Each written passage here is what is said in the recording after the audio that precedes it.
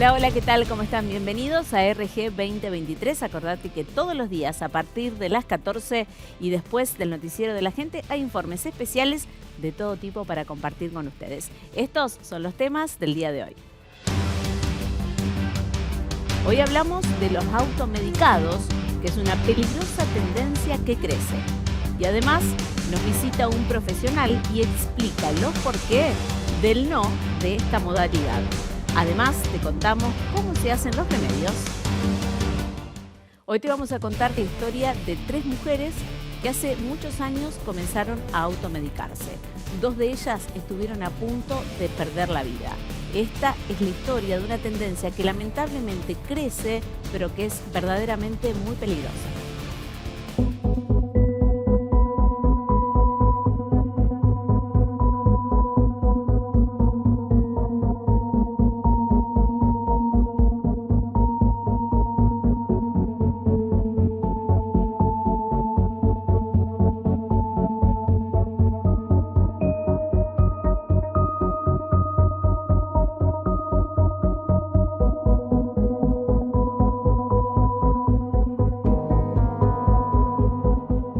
Soy María Torres, estamos en la cava de Villa Fiorito, tengo 35 años, tengo 8 hijos, me automedico sola.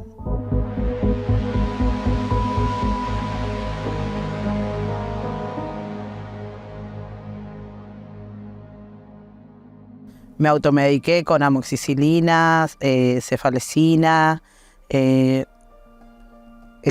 diclofenac, con bastantes pastillas. Siempre para los dolores o buscapina, inyectable, también me inyecto sola. Prefiero medicarme sola para no ir al médico porque las guardias no tienen que estar de las 10 de la mañana a las 2 o 3 de la mañana, así que...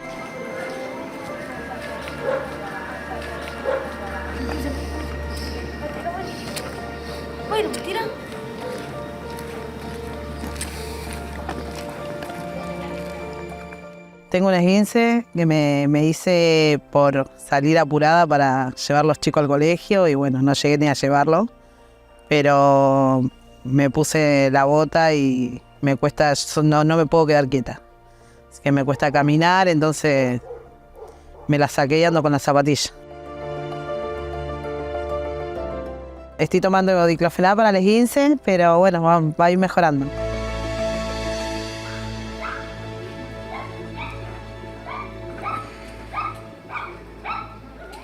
En las clases sociales con menores recursos, el acceso a la salud puede que no sea el adecuado, puede que no lleguen a tener un centro de salud cerca o no saben cómo acudir a ese centro de salud y tener una consulta médica, o tienen que esperar mucho tiempo para ser vistos por un médico.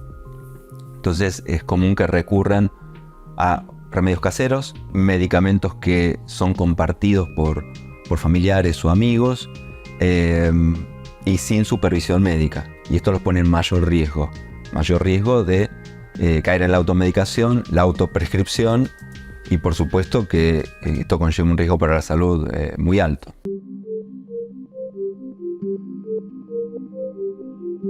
Soy Nelly, soy de Villa Fiorito, tengo 56 años y me automedico.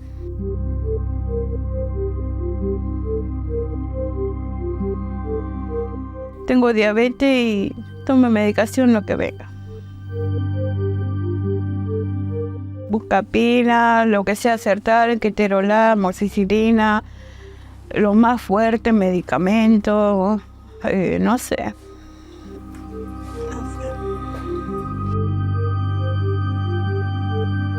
No voy al hospital, cada vez que me siento mal, de última me llevan porque tampoco quiero ir.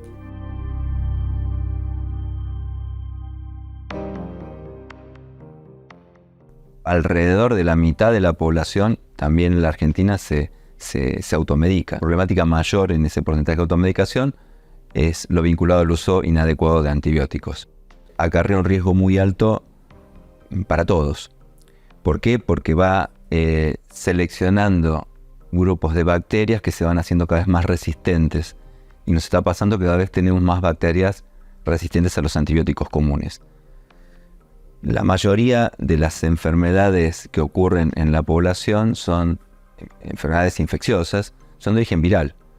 La gripe, el COVID, el resfrío no se tratan con antibióticos.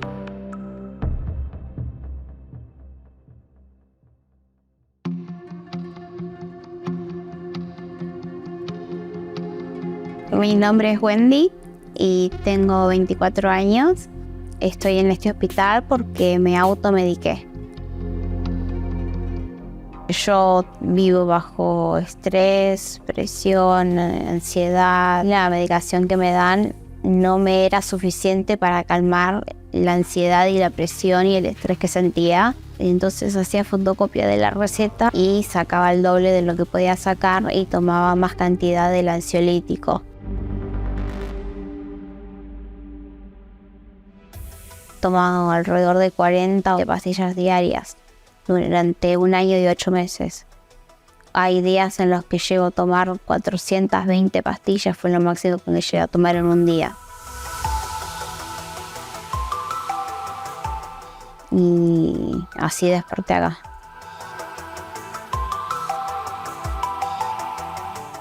Bueno, ese día Wendy vino derivada de un hospital zonal. Ella hizo un paro por una depresión respiratoria por la cantidad de medicación que había ingerido. Pudimos reanimarla. Actualmente hay muchos jóvenes, adolescentes y personas en temprana edad que consumen muchos estupefacientes y hay en muchos casos que no saben lo que consumen, ¿no? Que medicación que les llega por un amigo, por alguien que les vende, y llegan muchas intoxicaciones por medicación que a veces no sabemos qué medicación los chicos consumen, y esa situación los pone en una situación gravemente crítica.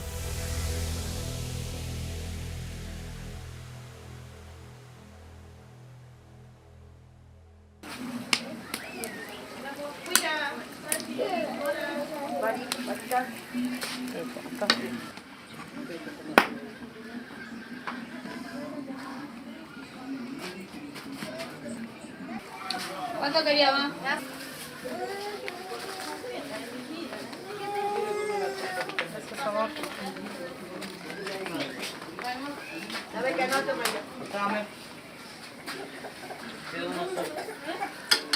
A las infecciones las llevo como si fuera que las puedo controlar. Una vez que calma el dolor, porque si sacas un turno para el odontólogo, te dan de acá 3 meses, es lo mismo. Después de acá 3 meses no te va a dar ahí a un médico. A mí no me da miedo automedicarme por el tema de que no exagero en tomar tantas pastillas y no paso de los días que yo sé que, por ejemplo, una infección de muela o una infección de oído son 7 días de medicamento. Sé cómo más o menos controlarlo.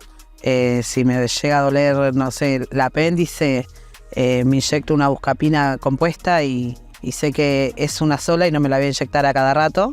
Entonces sé que voy a ir mejorando. Supuestamente tengo una pensión de madre de 7 hijos, pero que supuestamente dentro de eso hay una obra social que no sé ni cómo se llamará porque no la uso. Prefiero medicarme y no estar dependiendo de a ver si me dan un turno o trasnochar, que ya lo hago por mi nene, entonces para no estar trasnochando para mí lo prefiero hacer para mis hijos y no para mí. Esto es un problema serio porque la automedicación utilizada sin control y en forma crónica pueden producir dependencia. Ya la costumbre de automedicarme. Es como que me falta algo. Ni bien llegan cualquiera de mis hijos, les pregunto, ¿tenés un ibuprofeno, tenés diclofenac, tenés algo? Porque me siento así, que me alivia. Y si no tengo, me desespero. No puedo creer que hace 12 días estaban tratando de reanimarme y ponerme un tubo de oxígeno y aún así no respiraba. Y que se me parara el corazón. 48 horas estuve en coma. Y fui despertando de a poco. Y aún así los primeros 3-4 días seguía como en una especie de hipnosis donde imaginaba cosas, donde veía cosas. No entendía muy bien en dónde estaba, así. Después al cuarto día ya sabía que estaba en un hospital, que había tenido una intoxicación, que me hicieron lavado de estómago, reanimación, me choqué con todo eso. Y nada, en terapia intensiva de a poco fui recobrando la conciencia. Me salvé por un hilo, la verdad. Me siento muy feliz de haber tenido otra oportunidad. La doctora que me sacó del paro fue Jessica Servín.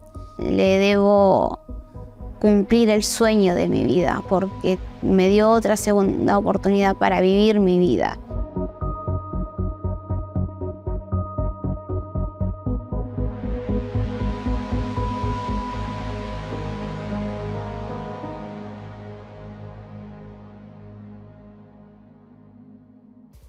Y justamente para hablar de este tema estamos con el doctor Alberto Davidovich, que es cardiólogo, emergentólogo. ¿Cómo le va, doctor? Gracias por estar en ARG. Gracias, Belén. Bueno, recién decíamos, la Organización Mundial de la Salud habla casi de un 50%, es altísima la cifra, ¿no?, de la población que se automedica. Sí, mirá, hay una estadística que hizo la UADE en Buenos Aires con una empresa también que levanta datos. Y en el 2019 se hablaba de un 47% de la población automedicada. Esto quiere decir que dime qué tienes en el botiquín y te diré cómo eres. Claro. La verdad que un poco la pandemia luego hizo que aumente más la medicación. Por eso estamos hablando ya casi de un 20 o a lo mejor un más porcentaje. Vos sabés que en primer plano están, digamos, los analgésicos, que ya sabemos que en Estados Unidos hubo analgésicos que se retiraron porque mucha gente quedó con insuficiencia renal, hicieron fallas hepáticas y fallas cardíacas. El analgésico, lo interrumpo, doctor, porque es de venta libre en la mayoría de los casos. ¿Eso también invita a que haya una especie de automedicación? Bueno, vamos a dividir dos cosas. Uno es la automedicación y el otro la autoprescripción. La automedicación es cuando alguien ya alguna vez nos recetó algo, vamos, lo compramos, se supone que deberíamos haberlo terminado y después por alguna circunstancia lo seguimos tomando. La otra, que es la autoprescripción, es cuando vamos a buscar los medicamentos de venta libre. Esa es más grave. Eso sí, los prescribimos solo, entonces hay un montón de monodrogas y genéricos, ibuprofeno, paracetamol, diclofenac, inclusive algunos medicamentos para la presión, que eso es un poco más grave todavía, el Viagra, que son automáticamente despachados en la farmacia por ahí sin receta. No estamos hablando todavía de ansiolíticos, tranquilizantes o antidepresivos, porque por suerte todavía eso lleva receta. Sin embargo, estos otros que yo nombré recién, que son pastillas para dormir, ansiolíticos y antidepresivos, en población de personas de más de 50 años son consumidos entre un 12, un 9 y un 6% respectivamente, sin límite de tiempo. O sea, alguna vez alguien le recetó tal o cual cosa, lo sigue comprando, le pide la receta, por ahí el médico lo hace por la aplicación, no tiene la consulta correspondiente y la sigue usando. Y vos sabés que aparte, por ejemplo, hablábamos de los analgésicos, el otro uso indiscriminado que se da y que es lamentable son los antibióticos. Alguna vez me recetaron acitromicina, entonces anduve bien con un cuadro de vía aérea superior y lo empiezo a tomar. Son 5 días, me tomo uno por día. Sin consultar al médico. Sin consultar al médico. Y para peor, la mayor parte de los cuadros son virósicos. Las virosis no responden de ninguna manera a los antibióticos, salvo que se sobreinfecten con bacterias, no requieren antibióticos. Sí requieren por ahí antitérmicos cuando la temperatura pasa de 37,8, 38 grados, aparte de los medios físicos, darse un baño, ponerse hielo y todo lo demás, pero no requieren antibióticos. Y aparte hay interacciones. Si vos estás tomando, pongámosle, antibiótico, a eso le agregás analgésicos y o antihistamínicos, que es lo segundo que la gente toma con mucha frecuencia, pueden dar acidez, gastritis y otro tipo de problemas así orgánicos que que no vale la pena afrontar. ¿Y el antibiótico genera una especie de acostumbramiento también en el paciente, doctor? Más que en el paciente, genera acostumbramiento en, digamos, a nivel de las bacterias. O sea, se empiezan a hacer resistentes. Exacto, resistentes. Claro, el uso indiscriminado de antibióticos sin la prescripción, que a veces requiere inclusive un cultivo, cultivo de orina, en el caso de la mujer que repite permanentemente lo que está tomando porque una vez tuvo Escherichia coli y entonces vuelve a tomarlo pensando que es el mismo germen y a lo mejor no lo es. No siempre nos enfermamos de lo mismo. Entonces el no tener cultivo, el no tener prescripción y la forma de tomarlo, porque hay gente que está tomando de menos, pensando que tal dosis es muy alta para él, entonces toma menos. Y esto no es solo para este tipo de medicamentos. Yo como cardiólogo sé que mucha gente está submedicada para su hipertensión arterial, pongamos, porque cree que con la dosis que tomaba ya está, entonces no consulta de nuevo, se toma la presión una vez cada 15 días, y ahora en época invernal en general aumenta la necesidad de consumo de hipotensores. Y aparte tiene interacciones, no voy a tener que tomar lo mismo que toma mi vecino. Me subió la presión y me dijo, mirá, yo estoy tomando enalapril, tomate uno. Claro. Sí, sí, es Empiezan como que... a tomarlos, claro, como tal que cual. pasan no sé, Sí. la fruta de la verdulería cuando estamos hablando de algo tan delicado.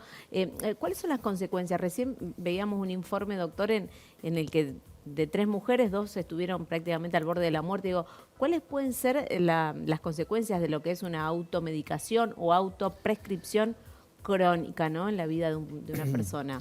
Bueno, mira, por ejemplo, los casos más comunes son los de los analgésicos, del tipo de la aspirina. Ajá. La aspirina y los corticoides, que lamentablemente también entraron en la onda de la gente de empezar a tomar por ahí algún comprimido de corticoides, pueden generar gastritis, hemorragias digestivas, incluso a gente que ha fallecido porque ha tenido episodios hemorrágicos no controlados y bueno, y eso después le generó anemia crónica o a veces una úlcera perforada aguda. También hay intoxicaciones en el sistema nervioso central, medicamentos que no debieran ser tomados en determinada dosis, como no me puedo dormir me tomo otro y no dormí en toda la noche me tomo otro, y el paciente por ahí puede llegar a quedar en coma, hay que ver cuál es lo que está tomando. O bueno, porque la vecina está tomando un antidepresivo y sé que le hizo bien, voy a empezar a tomarlo y si no lo necesitas, si no tenés hecho los dosajes de serotonina. Sí, sí, una charla con un profesional. Claro, lógico. Doctor, y para ir finalizando le pregunto, ¿a qué le atribuye esto? ¿Es comodidad de la gente? ¿Es falta de médicos al alcance? ¿Por qué se ha hecho cada vez más frecuente esta condición? Mira, los medicamentos de venta libre en general, que inclusive empiezan con el alcohol en gel, etcétera, etcétera, tienen todos prescripciones y explican bien, tanto en la caja como en el prospecto, cómo es el uso y cuáles son los efectos colaterales indeseables y las interacciones. El problema está en empezar a comprarlo suelto, con un blister, empezar a tomar alguna cosa que suponemos que nos hace bien y no.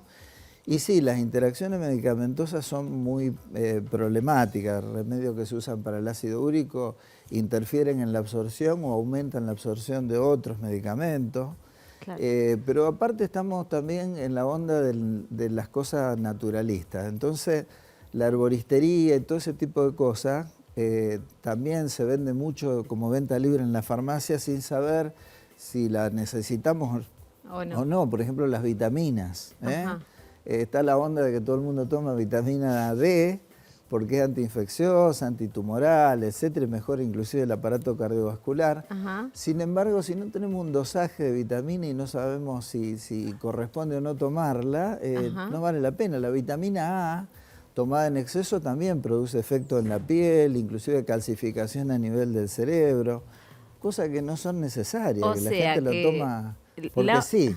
La moraleja, doctor, es consultar al médico, tener una especie de un screening corporal y después de ahí, bueno, ver qué es lo que uno está necesitando, ¿no? Por más de que a veces es cierto, ¿no?, que cuesta acceder a un médico en tiempos en los que parece que la atención está un poco reducida, pero digo, sigue valiendo extremadamente la pena que el médico sea quien nos prescriba qué tomar. Sí, sí, tal cual, porque aparte requiere a veces, obviamente, de tener un análisis oportuno, ver cuál es la condición que tiene ese paciente para tal o cual medicamento, cuando su función renal no es la adecuada, que muchos se eliminan por vía renal, otros por vía hepática.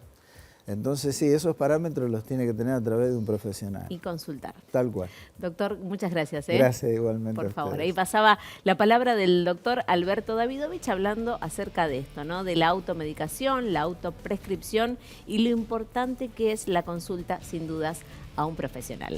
Y hay cosas que forman parte de nuestra vida cotidiana, pero no sabemos cómo se hacen. Hoy, en este nuevo segmento de Así se hace, te mostramos cómo es la elaboración de los medicamentos.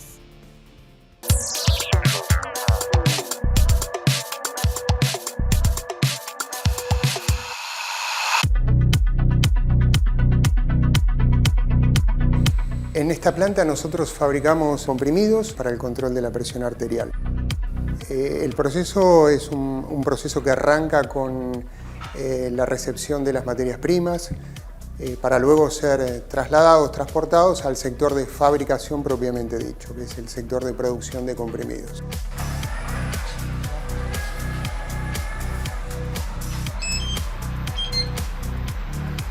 Ya en ese sector lo que se hace es trasladarlo al primer paso, que es la etapa de mezclado, donde el principio activo junto con los excipientes se mezclan de acuerdo a los lineamientos de una guía de fabricación.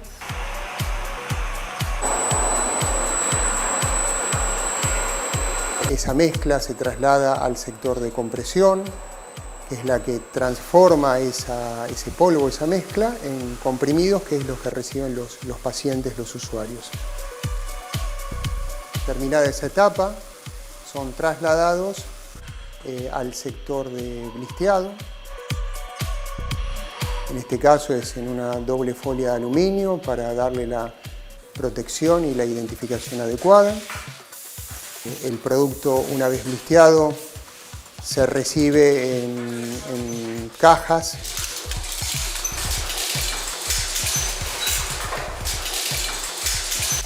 para luego poderse trasladar al sector de acondicionamiento, que es donde se realiza el estuchado de este producto. El estuchado consiste en colocar, en insertar los blister y el prospecto dentro del estuche. Se realiza un control final después del grabado de partida y vencimiento y el agrupado en un equipo, en horno de termocontraíble para su disposición final, que es llevarlo al sector de depósito de producto terminado.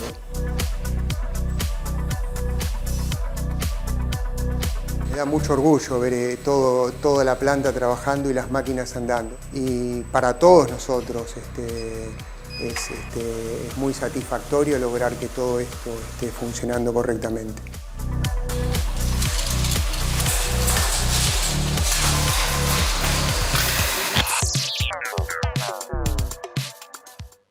Como todos los días, gracias a ustedes por estar del otro lado. Nos reencontramos mañana con más historias para seguir compartiendo en esta producción exclusiva de Telefe Noticias. Acá en ARG 2023, acordate que a partir de las 14 y después del Noticiero de la Gente. Chau, chau, hasta mañana.